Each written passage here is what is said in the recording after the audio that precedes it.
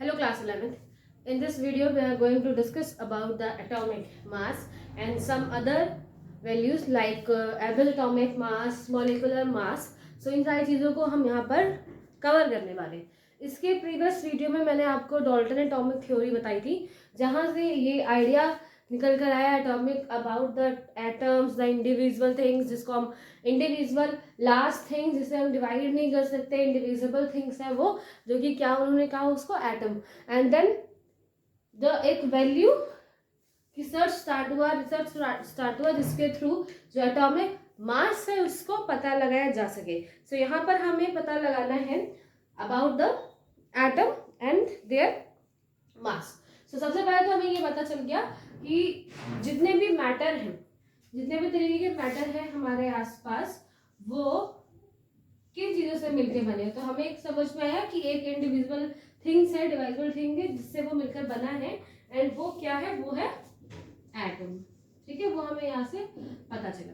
और ऑल्सो हमें ये पता चला कि बहुत सारे एटम्स आपस में मिलकर, ठीक है, बहुत सारे एटम्स जब आपस में मिल जाते हैं तो वो क्या बनाते हैं? वो बनाते हैं मॉलिक्यूल्स. तो इतनी चीजें अभी हमें यहाँ पर पता चल गई कि जो मैटर है वो मैटर किन से मिलके बना है? वो बना है एटम से.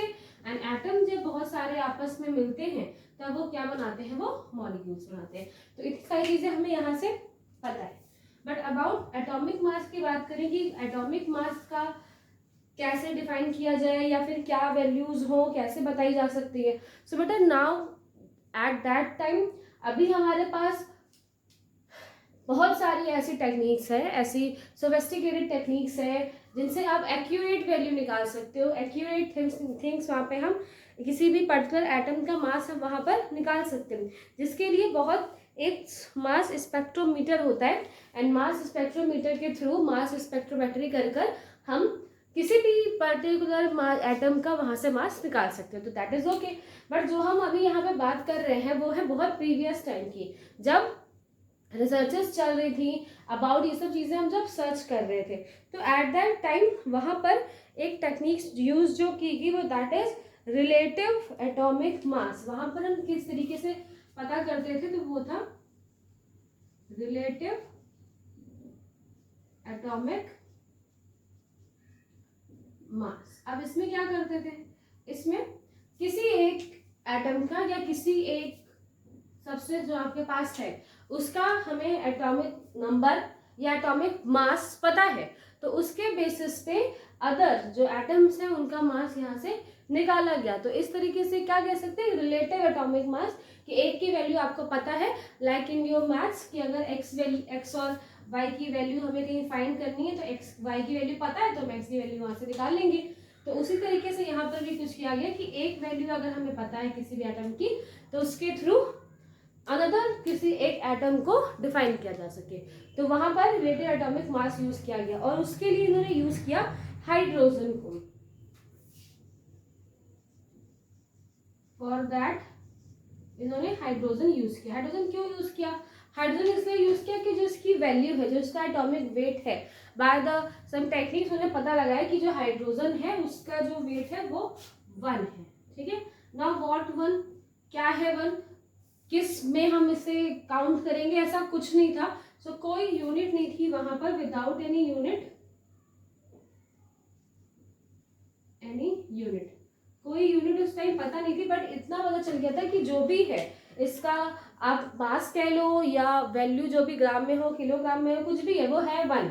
इन शॉर्ट 1 वो वहां पर है. सो हाइड्रोजन को बेस मानकर, बहुत छोटा सा है, फर्स्ट एटॉमिक नंबर भी इसका 1 है, एटॉमिक वेट भी, तो उससे रिगार्डिंग एक बहुत छोटी सी वैल्यू इन्होंने पता लगाई और इसी का रिलेशन बाकी सारी चीजों के साथ कर हम अदर एलिमेंट्स की वैल्यूज या एटॉमिक मास को हम निकाल पाते थे. लाइक अगर हमें किसका पता करना है, हमें सोडियम नाइट्रोजन किसी का भी पता करना है, तो अगर हम फॉर एग्जाम्पल नाइट्रोजन को पता कर रहे हैं कि उसका कितना एटॉमिक मास है, तो उसके मतलब नाइट्रोजन का एटॉमिक मास रखने के लिए हमें कितने हाइड्रोजन की जरूरत पड़ेगी. तो वहां पर जितने हाइड्रोजन की हमें जरूरत पड़ गई, फॉर एग्जाम्पल हमें 14 की जरूरत पड़ी.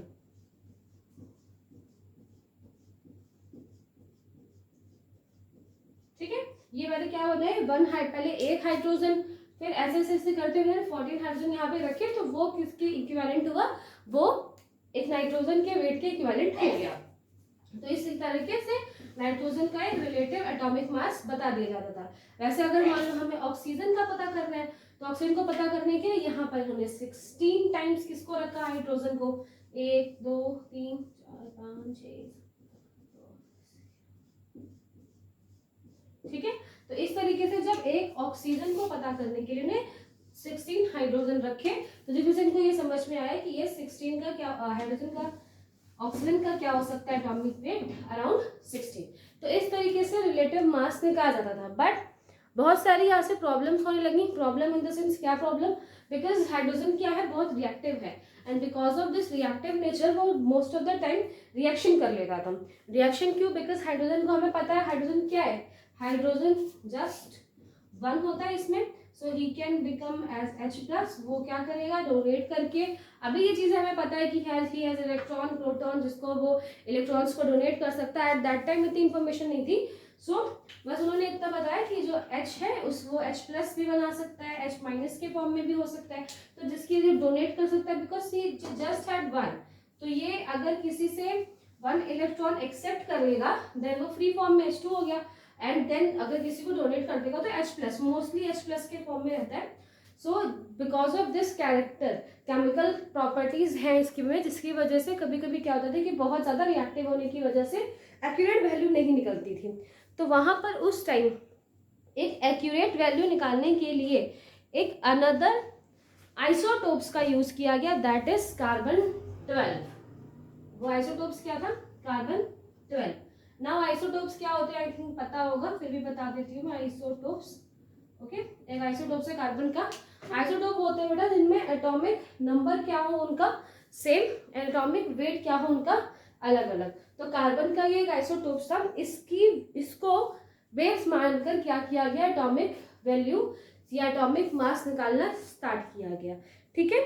सो अब now what is 1 atomic, also जब हमने कार्बन 12 के साथ एटॉमिक मास निकाला, सो एक्चुअली इसे इस तरीके से लिखा गया, दैट इज कि जो भी हमारे पास कार्बन 12 है उसकी जो वैल्यू है, that value is set atomic, उस वैल्यू की यूनिट में बताई एटॉमिक मास यूनिट। इन्होंने इसको डायरेक्ट सिर्फ एक नाम दे दिया, एटॉमिक मास यूनिट, और यही एटॉमिक मास यूनिट क्या हो गई, AMU, ठीक है। सो एज ए यूनिट यहाँ पर हम एटॉमिक मास यूनिट में AMU का यूज करने लगे। सो अब एग्जैक्ट डेफिनेशन अगर पूछे एटॉमिक मास के रिगार्डिंग, तो वो क्या होगी, अ मास, किसी भी सब्सटेंस का मास जो कि एग्जैक्टली इक्वल हो, किसके, एग्जैक्टली इक्वल होता है 1/12, किसका, 1/12 ऑफ कार्बन 12, यानी एटॉमिक मास, किसी का भी एटॉमिक मास एग्जैक्टली इक्वल होता है किसके, 1/12 ऑफ कार्बन 12। कार्बन 12 के 1/12 जो भाग है, 1/12 जो पार्ट है, उसके जो इक्वल वैल्यू आएगी, that is the value of 1 atomic mass. So यहाँ से ये चीज क्लियर हुई, that is AMU, atomic mass unit क्या है, atomic mass unit. So atomic mass unit is a mass, एक मास है जो कि एग्जैक्ट इक्वल होता है 1/12 ऑफ कार्बन 12, ठीक है। सो ये आप डेफिनेशन में लिख सकते हैं ना, एटॉमिक मास। आफ्टर दैट इसे निकाला कैसे, क्या हमको निकालनी है कि 1 AMU की वैल्यू निकालनी है। एक डेफिनेशन फॉर्म में तो हमने इसको बता दिया कि 1 AMU atomic mass unit exact equal है कार्बन 12 के 1/12 पार्ट के। अब हमको यहाँ पर वैल्यू निकालनी है कि कैसे निकालेंगे, हम 1 AMU की वैल्यू निकालना चाहते हैं, वो कितनी होगी। जैसे कि अभी मैं बता ही रही हूँ आपको कि वो कितना होगा, एग्जैक्ट कितना होगा, 1/12 है ना, 1/12 ऑफ कार्बन 12, कार्बन 12 का 1/12। तो अगर फर्स्ट दी हुई वैल्यू हम क्या करते हैं, कार्बन के टर्म्स में एक बार निकाल के देखते हैं कि उसमें ये वैल्यू क्या आएगी। तो ये 1 है, 1 पर यहाँ पर हम कार्बन का जो एक एटम है उसकी वैल्यू को हम यहाँ पर रख रहे हैं, उसको 12 के साथ डिवाइड करके देखेंगे, सो 1 AMU की वैल्यू वहां पर आएगी। सो कार्बन के एक एटम की वैल्यू कितनी होती है, दैट इज 1.995 इंटू 10⁻⁻23। ये वैल्यू उन्होंने पता की थी किसकी, कार्बन की। कार्बन के वन एटम की वैल्यू उन्होंने यहाँ से निकाली और इसको डिवाइड किया, बिकॉज हम क्या बात कर रहे हैं कि वो जो भी वैल्यू है, एक AMU की वैल्यू क्या होगी, जो एटम की वैल्यू निकली उसको हम 12 से, या कार्बन 12 का जो 12 ग्राम है उससे हम उसको डिवाइड करेंगे। तो यहाँ पे कार्बन का ही चेक कर रहे हैं फिलहाल हम, तो यहाँ पे हमने कार्बन के एक एटम की वैल्यू रखी और उसको डिवाइड किया विथ 12। 12 से क्यों डिवाइड किया, बिकॉज जब हम हाइड्रोजन के साथ उसको चेक कर रहे थे या फिर हाइड्रोजन के का कंपेयर करके हम यहाँ पर कार्बन की वैल्यू निकाल रहे थे, तो कार्बन को निकालने के लिए कितने हाइड्रोजन, 12 हाइड्रोजन की यहाँ पे जरूरत पड़ी होगी। सो इसलिए एक AMU की वैल्यू यानी एक कार्बन हाइड्रोजन के अकॉर्डिंग इसका जो एटॉमिक मास निकल कर आया था वो 12 था। फर्स्ट ऑफ ऑल जब हमें पहले एक चीज मिली तो यहाँ पर इन्होंने 12 का ही यूज किया, और आफ्टर दैट जब इनको हम डिवाइड करते हैं तो हमें एक वैल्यू मिलती है, दैट इज 1.66 इंटू 10⁻24। ठीक है, एक वैल्यू इन्हें यहाँ पर मिली, -24 बेटा, ये माइनस है इसलिए माइनस में। सो ये एक वैल्यू उन्हें यहाँ पर मिलती है and that value is called 1 AMU। सो इसी वैल्यू को हम यहाँ पर रख रहे हैं, 1 AMU is equal to 1.66 into 10⁻⁻24। ठीक है, तो अब यहाँ से हम ये पता चलती है हमें बात कि किसी का भी सब्सटेंस, कोई भी सब्सटेंस हो, हमें अगर उसका एटॉमिक मास यूनिट निकालनी है तो वो एग्जैक्ट इक्वल किसकी होनी चाहिए, 1/12 ऑफ कार्बन 12। तो 1/12 ऑफ कार्बन 12 की वैल्यू कितनी निकल कर आई, इतनी वैल्यू निकल कर आई। सो अब फॉर एग्जाम्पल अब हमें हाइड्रोजन का निकालना है। ठीक है, ये तो हमें वैल्यू निकालनी कि कितनी वैल्यू होगी कार्बन 12 की, तो वो यहाँ पर कार्बन 12 की। अब हम हाइड्रोजन की निकाल कर देखते हैं। ओके, सो यहाँ पर अगर हम हाइड्रोजन की वैल्यू चेक करें, बिकॉज हमें तो हाइड्रोजन की उस टाइम वैल्यू पता थी ना, 1 होनी चाहिए अप्रॉक्स, तो हाइड्रोजन की वैल्यू एक बार निकाल के चेक करते हैं। सो ये हाइड्रोजन के 1 एटम की वैल्यू, ठीक है, बिकॉज कुछ तो टेक्निक्स थी तब भी जिनके थ्रू हम ये चीजें पता कर गए। तो 1 एटम की वैल्यू उन्होंने यहाँ पर निकाली हाइड्रोजन की, और फिर से क्या किया, दैट इज 1, और AMU में अगर हम उनकी वैल्यू निकालते हैं, सो 6 इंटू 10⁻24, इसको डिवाइड किया बाय द वैल्यू, जो भी वैल्यू आपने प्रीवियस अभी निकाली है उसके साथ हमने इसको डिवाइड किया। ठीक है, कार्बन 12 की, दैट इज 1.66 इंटू 10⁻⁻24। अब आप इसे सॉल्व करके देखिएगा, सो कट, एंड ये जो वैल्यू आप सॉल्व करोगे तो अराउंड 1.0 समथिंग कुछ वैल्यू हमें वहां पे मिलती है, 0 समथिंग। ठीक है, 0 समथिंग 8 ऐसी वैल्यू हमें यहाँ पर मिलेगी।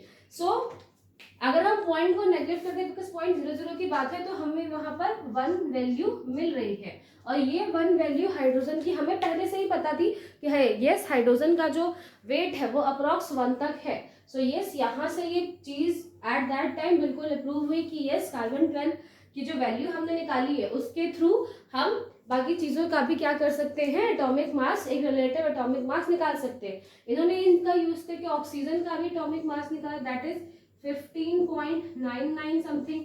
सो प्रीवियस आपने जब हाइड्रोजन करके रखा था तो वो 16 था, तो उससे दैट रिलेटिव रिलेशन है, थोड़ा पास की वैल्यू है। सो बाय दिस हमें एक टर्म मिला, रिलेटिव मास निकाला जा सकता था जिसके थ्रू, एंड अगेन एटॉमिक या mass unit is a mass exactly equal to the 1/12 of carbon 12, and carbon का 1/12 हमने निकाल कर देखा, that is this, and then उसको हाइड्रोजन के साथ रखकर देखा कि वैल्यूज सेम आती है या नहीं।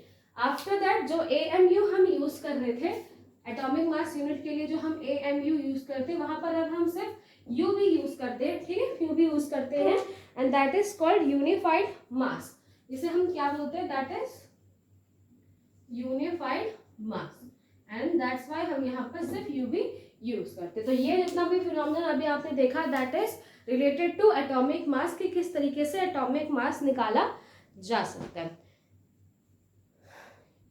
नाउ तो नेक्स्ट टॉपिक हम डिस्कस करने वाले हैं, that is average atomic mass. Average atomic mass क्या होता है, एज वी नो, जैसे प्रीवियस हमने बात की कि हमने जो एटॉमिक मास निकाला वो भी एक आइसोटोप्स के थ्रू निकाला, तो वैसे ही बेटा बहुत सारी ऐसे एटम्स हैं, एलिमेंट्स हैं जो कि जिनके एक से ज्यादा आइसोटोप्स होते हैं, they have more than one isotopes, more than one, ठीक है, एक से ज्यादा बहुत सारे आइसोटोप्स होते हैं उनके, आइसोटोप्स। एंड अगेन मैं आपको बताऊं कि व्हाट इज आइसोटोप्स। तो आइसोटोप जैसे कि मैंने प्रीवियस रिपीट किया था, atomic number that is same, उसमें कोई चेंज नहीं होगा, वो वैसे का वैसे ही रहेगा। चेंज किस में हो रहा है, that is atomic mass. Atomic mass उन सबका क्या है, डिफरेंट है, ठीक है, एटॉमिक मास वहां पर डिफरेंट है, एटॉमिक नंबर वहां पर सेम है। तो जब भी ऐसे आपने चीजें देखी हैं तो उन्हें हम क्या बोलते हैं, उन्हें आइसोटोप्स बोला जाता है। जैसे अभी हम कार्बन की बात करते हैं तो कार्बन को यहाँ पे डिस्कस करते हैं, जैसे carbon 12, carbon 13, carbon 14। So these are the isotopes जिसमें क्या है, इनका एटॉमिक नंबर तो सेम है, दैट इज 666, लेकिन जो एटॉमिक मास होते हैं वो डिफरेंट होते हैं, उन्हें हम क्या बोलते हैं, आइसोटोप्स बोलते हैं, ठीक है। तो एटॉमिक नंबर हमें कुछ करना नहीं, हमें मास से मतलब है। सो एवरेज एटॉमिक मास क्या होता है, एक्चुअली जब हुआ ये कि पीरियोडिक टेबल चेक की गई बेटा वहां पर, तो बहुत सारी ऐसी चीजें थी जो कि एक एवरेज मास में ही लिखी हुई हैं, बिकॉज आपने बहुत सारे जैसे देखा होगा, हमने क्लोरीन का अगर चेक किया तो वो 35.5 होता है ना, जो सोडियम है उसका 23 है, या फिर कुछ अलग वैल्यू होती, एग्जैक्ट डबल वैल्यू हमें वहां पर नहीं मिलती। सो ये क्यों है, ये एक्चुअली वैल्यूज जो उनके एटॉमिक, जो उनके आइसोट्रोप्स हैं उनकी वैल्यू को काउंट करके वहां पर लिखा गया, तो इसलिए एक मीडियम वाली वैल्यू हमें वहां पे दिखाई देती है। सो हम इसे निकालेंगे कैसे, इसको निकालने के लिए कैसे फाइंड करेंगे एवरेज एटॉमिक मास। सो उसके लिए मैं दो चीजें पता होनी चाहिए। फर्स्ट, तो जो मास है यानी कि जो गिवन मास दिया हुआ है यहाँ पर, जैसे कि यहाँ पर 12, 13 एंड 14, एंड ऑल्सो जो उनका अबेंडेंट है, अबेंडेंट इन द सेंस कि वो कितना परसेंट, कितने परसेंटेज उसकी वैल्यू हमारे इन्वायरमेंट में मौजूद है। तो जितना अबेंडेंट है उनका, उनको ऑल्सो उनको प्लस या माइनस या उनकी कैलकुलेशन जो भी है उनको उनके एटॉमिक नंबर्स के साथ कैलकुलेट करके देन हमें क्या पता चलती है, एवरेज एटॉमिक मास हमें वहां से पता चलता है। सो आपकी बुक में ऐसी एक टेबल बनी हुई है जहाँ पे आइसोटोप्स लिखे हैं किसके, carbon 12, carbon 13 and carbon 14।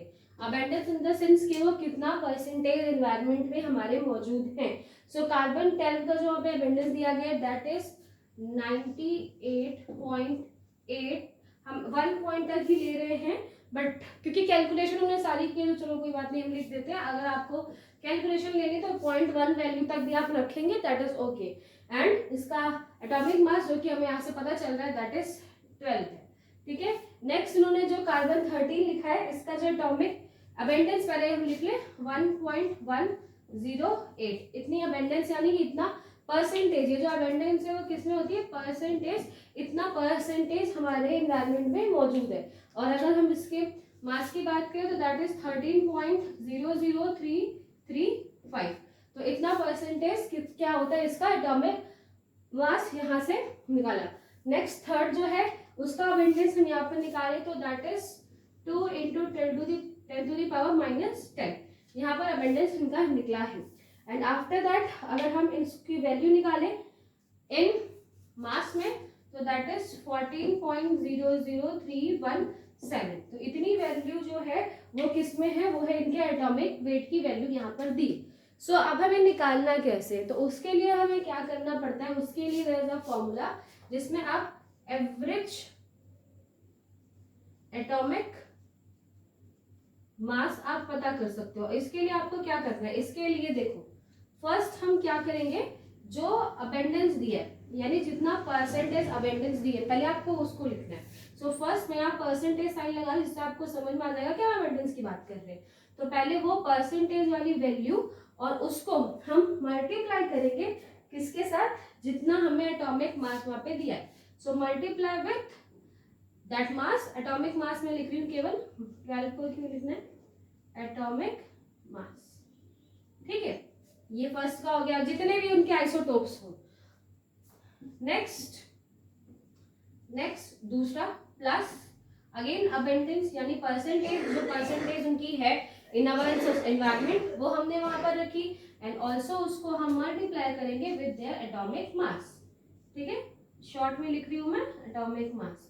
Again plus third, because यहाँ पे 3 है तो हम थर्ड बार लिख देते हैं, परसेंटेज वैल्यू एंड प्लस जितना भी उनका एटॉमिक मास वहां पर गिवन है।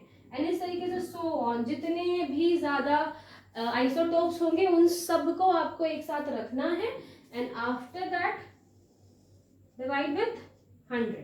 सो इस तरीके से हम क्या निकाल सकते हैं, एवरेज एटॉमिक मास हम यहाँ पर निकाल सकते हैं। तो आपकी जो बुक है बेटा उसमें इन्होंने वैल्यूज को पुट किया है, ठीक है, यही वैल्यूज को पुट किया है एंड देन उसमें एक वैल्यू निकाल के दिखाइए जो कि वैल्यू आई है अराउंड 12 पॉइंट समथिंग, ठीक है। सो 12 के समथिंग वहां पर कोई वैल्यू है 12.011। सो दैट इज ओके, इतनी ही वैल्यू हमें वहां पर मिलेगी कार्बन की, दैट इज 12.011। आप वहां पे कैलकुलेशन रख के भी देख सकते हो। सिंपल अगर मैं यहाँ से बोलूँ तो इसको इनको आप मल्टीप्लाई कीजिएगा, इनको इनको आप मल्टीप्लाई कीजिए, इनको इनको आप मल्टीप्लाई कर दिए।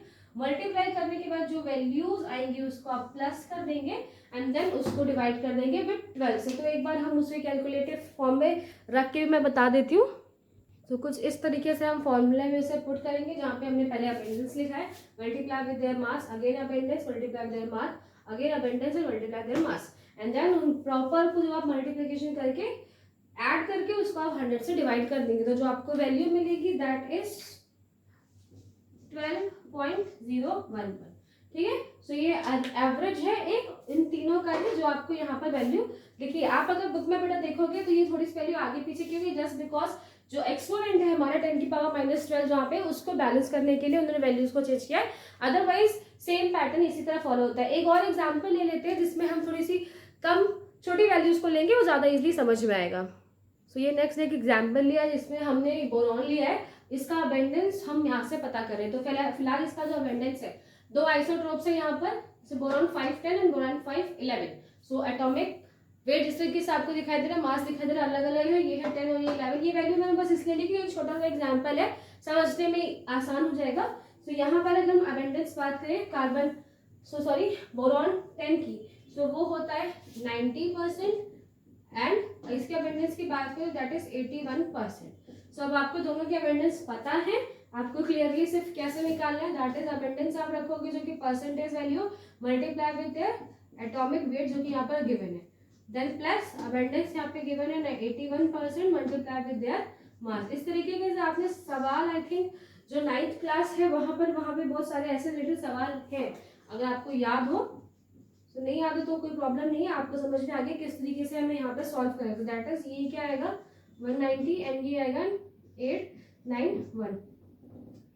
आप इनको प्लस करके 100 से जब डिवाइड करोगे so you will get value around 10.8। So 10.81 value आपको यहाँ पे मिलेगी, जो कि एक एवरेज वैल्यू है, जो कि एक एवरेज है बिटवीन 10 एंड 11। और यहाँ से एक हमें परसेंटेज वैल्यू मिल जाती है जो कि एवरेज एटॉमिक मास है यहाँ पर किसका, बोरॉन का। सो इस तरीके से आप क्या निकाल सकते हो, एवरेज एटॉमिक मास हम निकाल सकते हैं। नेक्स्ट हम एक छोटा सा टॉपिक है, जल्दी से इसी वीडियो में कंप्लीट कर लेते हैं, कवर करें, that is molecular mass. Now what is molecular mass? Molecular mass is actually the sum of the atomic masses of molecule, sum of atomic masses of molecule। So किसी भी molecule में जितने भी हमने वहां पर एटम यूज किए हैं उन सब के एटॉमिक मास को जब हम प्लस करते हैं so we will get the molecular mass, ठीक है। इसमें इतनी चीजें हैं, इसके अलावा और कुछ ज्यादा बताया नहीं गया। ऑल्सो कुछ एग्जाम्पल्स है जो कि हम चेक कर लेते हैं। फर्स्ट में पहले बुक के एग्जाम्पल चेक करते हैं, दैट इज CH4 यानी कि मेथेन। सो मेथेन में जैसे कार्बन में अभी आपने निकाला कि कार्बन का जो एटॉमिक वेट होगा वो कितना आएगा, अराउंड 12। सो हमने यहाँ पर 12 रखा, हम पॉइंट की वैल्यू नहीं कवर कर रहे हैं, आप चाहो तो पॉइंट की वैल्यू भी ले लेना, सिर्फ ओवरऑल वैल्यू जो यहाँ पे कवर की जाती है वो हमने यहाँ पे लिखी है 12। हाइड्रोजन का कितना भी होता है, हाइड्रोजन का भी हमने पता लगाया कि वो क्या था 1, बट यहाँ पर क्या था H4 लिखा है, तो इस 4 की भी तो कोई वैल्यू होगी ना बेटा। सो एक्चुअली हमें क्या करना है, जो यहाँ पर वैल्यू गिवन है उसको हम मल्टीप्लाई कर देंगे। सो ये क्या आएगा, ये तो 12 ही है और वो क्या आएगा, वो 4 ही आएगा। एंड 12 + 4 यानी कि 16। सो यहाँ पे इसका मॉलिक्यूलर मास कितना निकल कर आएगा 16, किसका मीथेन का। तो यहाँ से आपको समझ में आया कि जो कार्बन है उसका एटॉमिक वेट रखना है, जो हाइड्रोजन है उसका एटॉमिक वेट रखा, एंड जो वैल्यू यहाँ पर गिवन है उसको हम उसका मल्टीप्लाई कर देंगे and then we will get the molecular mass. Next H2O का निकाल के देखते हैं, जो कि also given in your NCERT book. H2O hydrogen की वैल्यू जैसे कि अभी हमने आपको बताया कि हाइड्रोजन की वैल्यू कितनी है 1 है वहां पर उसका एटॉमिक मास। सो 1 तो ऑफ कोर्स आप लिखोगे बट मल्टीप्लाई भी तो करना है ना जो वैल्यू है। सो हाइड्रोजन के पास में क्या लिखा है 2, इसलिए हम उसमें मल्टीप्लाई करेंगे 2 से। सो 1 × 2 प्लस ऑक्सीजन के पास तो कोई वैल्यू लिखी नहीं है, सिर्फ O लिखा हुआ है। सो जो भी उसकी वैल्यू है दैट इज 16, वो आप यहाँ पे निकाल लीजिए, दैट इज 2 + 16। एंड ऑल्सो ये जो 16 मैं बता रही हूँ ये सब चीजें आपको तभी पता होंगी जब आपको अराउंड 20 तक या ऑलमोस्ट 30 तक जितने भी एलिमेंट्स हैं आप उनके एटॉमिक नंबर, एटॉमिक वेट आप उसे अच्छे तरीके से याद करिए, बिकॉज स्मॉल वैल्यू होती है वहां पर इजीली पढ़ सकते हैं, उन्हें याद कर सकते हैं। एंड जो बुक्स एग्जाम में अगर क्वेश्चन आते हैं सो 20 तक का कोई भी एटॉमिक वेट आपको नहीं बताएगा, तो वो आप एटलीस्ट याद रखो। एंड आगे जो बिग एलिमेंट्स हैं उनके वेट तो दिए होते हैं क्वेश्चन जो आप कर सकते हो। एक और वैल्यू है जिसे हम फटाफट यहाँ पर निकाल लेते हैं, दैट इज C6H12O6। ये इसे मैंने यूज किया कि बिकॉज 3 एलिमेंट्स हैं, 3 में ही कुछ ना कुछ नंबर गिवन है जिससे और थोड़ा सा क्लियर हो जाए। सो कार्बन के लिए हमने भी वहां पर एटॉमिक मास निकाला था, वो कितना था 12, जिसको हम मल्टीप्लाई करेंगे 6 के साथ, बिकॉज यहाँ पे कार्बन के कितने मॉलिक्यूल्स हैं 6। नाउ प्लस किसके, अब हम किसका निकाल रहे हैं हाइड्रोजन का, हाइड्रोजन का वैल्यू 1 और उसको हम मल्टीप्लाई कर दें 12 से, बिकॉज यहाँ पे हाइड्रोजन कितने हैं 12। नाउ प्लस ऑक्सीजन, ऑक्सीजन की वैल्यू वहां पर कितनी निकल कर आएगी 60।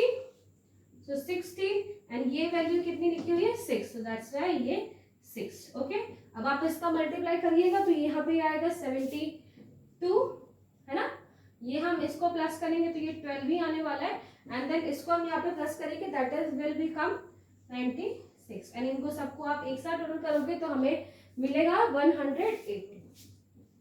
ठीक है, तो यहाँ से हमने क्या कर लिया, यहाँ से हम एक मॉलिक्यूलर मास AMU में हम यहाँ पे मॉलिक्यूलर मासेस को भी निकाल सकते हैं। ठीक है, तो इस तरीके से आप मॉलिक्यूलर मास निकाल सकते हैं, that is very easy. Atomic mass आपको पता होना चाहिए, तो आप सब एटॉमिक मास को प्लस कर दीजिए, आपको मॉलिक्यूलर मास वहाँ पे मिल जाएगा। सो इन वीडियो इस वीडियो में बस हम इसको यहाँ तक ही रखते हैं। In next video we will discuss about the some other formulas of molecular mass या some other formulas of masses.